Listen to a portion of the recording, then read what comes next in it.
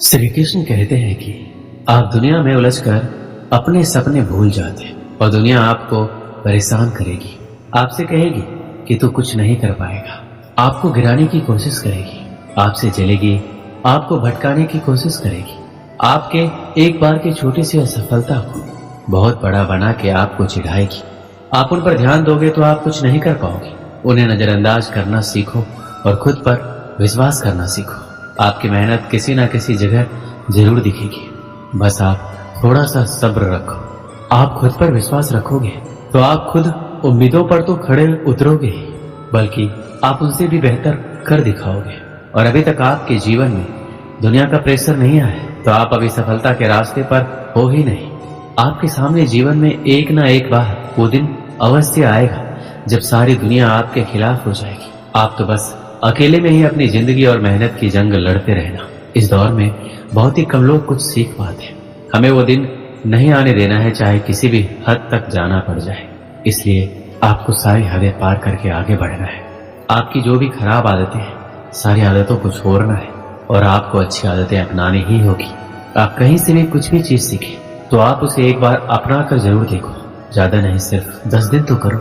श्री कृष्ण कहते हैं लाखों विद्यार्थियों की ये बुरी चीज है कि उन्हें ज्ञान फालतू का लगता है और कुछ लोगों को अच्छा लगता है तो उन्हें अपनाना नहीं है। विद्यार्थियों को सफलता के रास्ते पर दिन कुछ नया करते रहना बहुत जरूरी है और धीरे धीरे खुद को बदलना जरूरी है, पर बहुत लोग इसे नजरअंदाज करते हैं और एक समय के बाद सपनों को भूल के इसी जिंदगी में उलझ जाते हैं। आप स्कूल जाते हो, कहते हो स्कूल में पढ़ाई नहीं होती।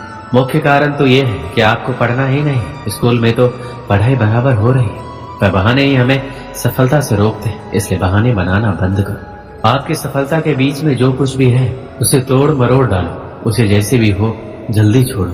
घर की प्रॉब्लम है, घर की जिम्मेदारी है, पढ़ने के इरादे से बाहर चले जाओ, वहां मेहनत करो। आपके रास्ते में जो भी समस्या है उसका समाधान जल्दी ही ढूंढो, क्योंकि आपके ही समाधान आपके आने वाली जिंदगी बदल कर रख देगी।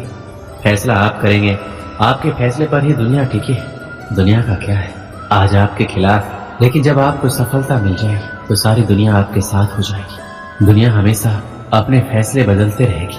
सिर्फ ये याद रखना है, कहीं आपके माता पिता का एक फैसला आपको कुछ ना कर पाने की वजह ना दे दे। इसलिए आज अपने समय को बिल्कुल बर्बाद मत करो। कल समय भी आपका होगा, दिन भी आपका होगा। सिर्फ बस आज मेहनत कर लीजिए, कल सारी मुश्किलों का समाधान आपके पास होगा। आज आपको जितना रास्ता दिख रहा है उतना आप पहले तय कीजिए, उसके आगे का रास्ता वहां पहुंचने के बाद दिख जाएगा। खुद से जिद करो कि तुम अपने खुद को जीने का तरीका ही बदल डालो। आज तुम करोगे तो कल तुम्हें ही फायदा होगा। श्री कृष्ण ने कहा था सफलता एक अविचल आदर्श है जिसका पाठ आपको विफलता से सीखना होगा। यदि आप गिरते हैं तो उठे, यदि आप हारते हैं तो जीते। अपनी गलतियों को एक मौका समझे और उनसे सीखे। आपकी असफलताओं में भी आपके बड़े सपने छिपे होते हैं। अपनी विफलताओं को मतलब से भरे और आगे बढ़ने के लिए एक नया उद्देश्य तय करें। जीवन आपको चुनौतियों से नहीं बल्कि आपके प्रतिस्पर्धी से मुकाबला करने का मौका देता है। एक सफल विद्यार्थी की पहचान यह नहीं है कि वह कितना अच्छा अंक प्राप्त करता है, बल्कि यह है कि वह किसी से कम नहीं है। आपका सबसे बड़ा प्रतियोगी आप ही होंगे। आप अपने आप से मुकाबला करें और स्वयं के आगे निरंतर सुधार का मार्ग चुनें। आपकी सफलता का एक और महत्वपूर्ण अंग आत्मविश्वास है। आपको खुद में विश्वास होना चाहिए कि आप किसी भी लक्ष्य को प्राप्त कर सकते हैं। स्वयं को कमजोर मत समझें, बल्कि अपनी शक्ति को पहचानें और उसे बढ़ावा दें। जब आप अपने अंदर के संचारी शक्ति को पकड़ेंगे तो कोई भी लक्ष्य आपके लिए असंभव नहीं होगा। साथ ही आपको अपने सपनों को बनाए रखने के लिए सचेत रहना होगा। आपके लक्ष्य बड़े हो सकते हैं, लेकिन उन्हें प्राप्त करने के लिए मेहनत, समर्पण और अध्ययन की आवश्यकता है। आपको अपने लक्ष्यों के लिए संघर्ष करने के लिए तत्परता और सही दिशा में प्रयास करना होगा।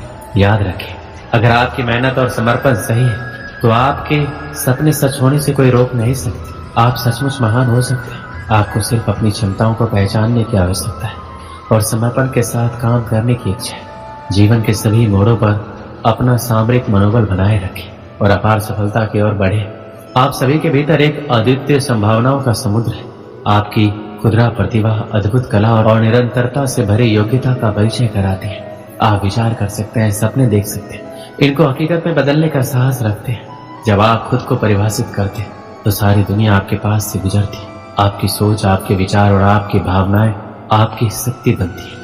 आपकी सोच आपके कर्मों को प्रेरित करती है और कर्म से ही सफलता आती है। इसलिए हमेशा सकारात्मक सोच और उच्च मानसिकता बनाए रखें। जीवन में कठिनाइयां आएगी, समस्या आएगी, लेकिन आपकी मनोबल शक्ति आपको अपने लक्ष्य की ओर आगे बढ़ने में मदद करेगी। यदि आप ताकतवर और अटल बने रहेंगे तो कोई भी चुनौती असंभव नहीं होगी। विफलता केवल एक मंच पर धकेलने का अर्थ नहीं है, बल्कि आपको विजयी बनाने के लिए आगे बढ़ाने का एक और अवसर है। इसलिए अपनी ताकत को पहचानें, अपने दोस्तों को स्वीकार करें और फिर से खड़े होने का प्रयास करें। जिंदगी में सब कुछ हासिल करने की इच्छा किसको नहीं होती? आगे रहने की इच्छा किसको नहीं होती? पैसा कमाने की इच्छा किसको नहीं होती? अगर आज मैं 100 लोगों से कहूं कि कल आपको 4 बजे उठना है, अगर आप 100 लोग राजी भी हो जाए, परंतु यह है कि उनमें से सिर्फ 80 लोग ही उठेंगे, दूसरे दिन क्या हो? उससे भी कम लोग उठेंगे, तीसरे दिन उससे भी कम, चौथे दिन उससे भी कम, पर जो आखिरी दिन उठेगा वही व्यक्ति अपने जीवन में चुने हुए लक्ष्य को पाकर रहे। यदि आपको दुनिया के 1% लोगों में आना है तो आपको उस माइंडसेट से निकलना होगा जिसमें आपके अगल बगल के 99% लोग फंसे हुए हैं। जिस व्यक्ति ने ठान लिया है इस काम को करना है तो करना है, चाहे हासिल कर पाऊं या ना कर पाऊं, लेकिन जिस काम में मैं इतने दिनों से लगा हूं, जो टारगेट लेकर मैं बैठा, उस टारगेट के इरादे को घुटने टेकने नहीं दूंगा। और जिनके इरादे घुटने नहीं टेकते वही लोग अपनी जिंदगी में सफलता हासिल कर पाते हैं। तो उठिए और अपना एक मजबूत इरादा बनाइए और अपनी जिंदगी को अपनी सफलता की ओर बढ़ाइए। एक गांव में एक आलसी आदमी रहता था। वह कुछ काम धाम नहीं करता था, बस दिन भर निठल्ला बैठकर सोचता रहता था किसी तरह कुछ खाने को मिल जाए। एक दिन वह यूं ही घूमते घूमते आम के बाग में पहुंच गया। वहां रसीले आमों से लदे कई पेड़ थे। रसीले आम देखकर उसके मुंह में पानी आ गया और आम तोड़ने एक पेड़ पर चढ़ गया। लेकिन जैसे ही हुआ पेड़ पर चढ़ा, बाग का मालिक वहां पहुंचा। बाग के मालिक को देखकर आलसी आदमी डर गया और जैसे तैसे पेड़ से उतरकर वहां से भाग खड़ा हुआ। भागते भागते वह गांव के बाहर स्थित जंगल में जा पहुंचा। वह बुरी तरह से थक गया था, इसलिए एक पेड़ के नीचे बैठकर सुस्ताने लगा। तभी उसकी नजर एक लोमड़ी पर पड़ी। उस लोमड़ी की एक टांग टूटी हुई थी, वह लंगड़ा कर चल रही थी। लोमड़ी को देख आलसी आदमी सोचने लगा कि ऐसी हालात में भी इस जंगली जानवरों से भरे जंगल में ये लोमड़ी कैसे बच गई, इसका अब तक शिकार कैसे नहीं हुआ।